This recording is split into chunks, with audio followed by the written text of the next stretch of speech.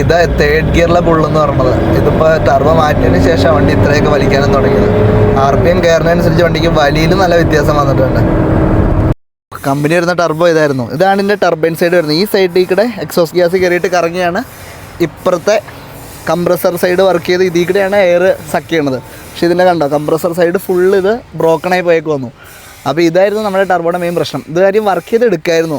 Work ചെയ്യാൻ തന്നെ ഒരു 15,000 ചിലവ് വരുമെന്ന് പറഞ്ഞു. അപ്പോൾ പിന്നെ വർക്ക് ചെയ്താൽ എത്രത്തോളം ശരിയാവുമെന്ന് ഉറപ്പില്ലാത്ത കാരണമാണ് നമ്മൾ പുതിയ ടർബോ വാങ്ങി വെച്ചത്. അപ്പോൾ നമ്മുടെ ടർബോയുടെ കണ്ടോ, ഈ കംപ്രസർ ഇമ്പലറാണ് പോയത്. ഇത് പോകാനായിട്ടുള്ള മെയിൻ കാരണം എന്ന് വെച്ച് കഴിഞ്ഞാൽ എയർ ഫിൽറ്റർ കറക്റ്റായിട്ട് മാറാത്തതിൻ്റെ തന്നെയാണ്. കാരണം എയർ ഫിൽറ്റർ കറക്റ്റായിട്ട് മാറാത്തതെന്ന് വെച്ച് കഴിഞ്ഞാൽ പൊടി കയറിയിട്ട് പോയതാണെന്നാണ് പറഞ്ഞത്. നമ്മുടെ വണ്ടിയിൽ മെയിനായിട്ട് വന്ന കാരണങ്ങൾ എന്ന് വെച്ച് കഴിഞ്ഞാൽ ഇപ്പോൾ കാണിച്ചു വെച്ചാൽ 2000 RPM കഴിഞ്ഞിട്ട് വണ്ടി കയറാൻ ഭയങ്കരമായിട്ട് ബുദ്ധിമുട്ടായിരുന്നു. പിന്നെ 2000 RPM കഴിഞ്ഞ് കയറുന്നുണ്ടെങ്കിലും അതിനനുസരിച്ചിട്ട് വണ്ടി നീങ്ങുന്നുണ്ടായിരുന്നില്ല. പിന്നെ ഭയങ്കര ഒരു സൗണ്ടും ആയിരുന്നു. ഇതൊക്കെ വന്നപ്പോഴാണ് നമ്മൾ മെയിനായിട്ട് നോക്കാനായിട്ടുള്ള കാര്യങ്ങൾ. പിന്നെ നമ്മൾ ഈ പറഞ്ഞിട്ട് എയർ ഫിൽറ്റർ മാറ്റി നോക്കി, ക്ലച്ച് ഓൾറെഡി റീപ്ലേസ്ഡ് ആയിരുന്നു. പിന്നെയാണ് നമുക്ക് ഒരു ഡൗട്ട് വന്നത് ടർബോയുടെ ആയിരിക്കും എന്ന്.